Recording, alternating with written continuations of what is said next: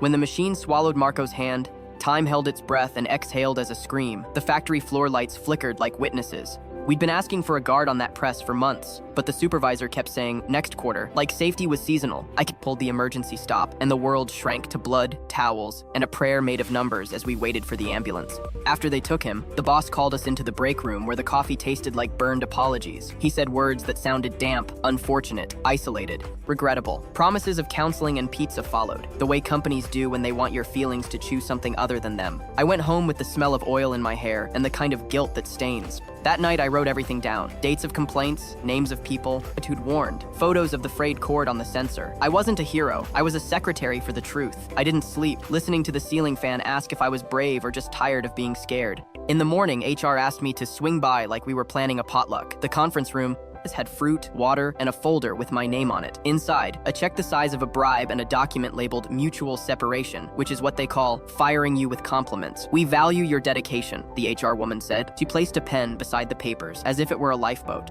I thought of rent, overdue notices blinking like accusations, my son outgrowing his shoes. For a second, I almost signed. Survival is persuasive. But then I saw Marco's wife in my mind, her hands shaking in the parking lot, trying to call his mother.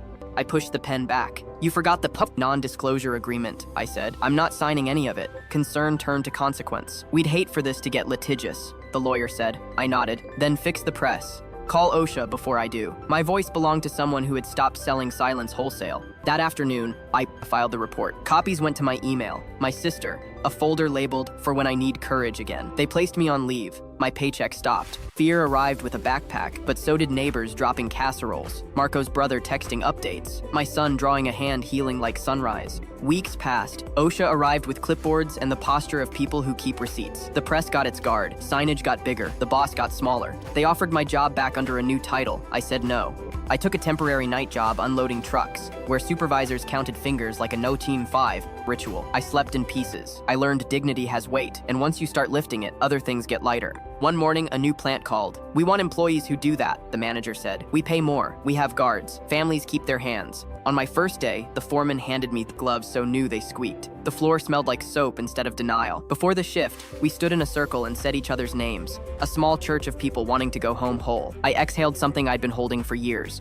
A month later, I visited Marco, his hand swaddled, laugh unbroken. He joked about tying shoes one-handed, then cried about not holding his daughter's hair while she vomited. I handed him the OSHA letter. Violations, fines, corrective actions. You did this, he said. We did, I replied.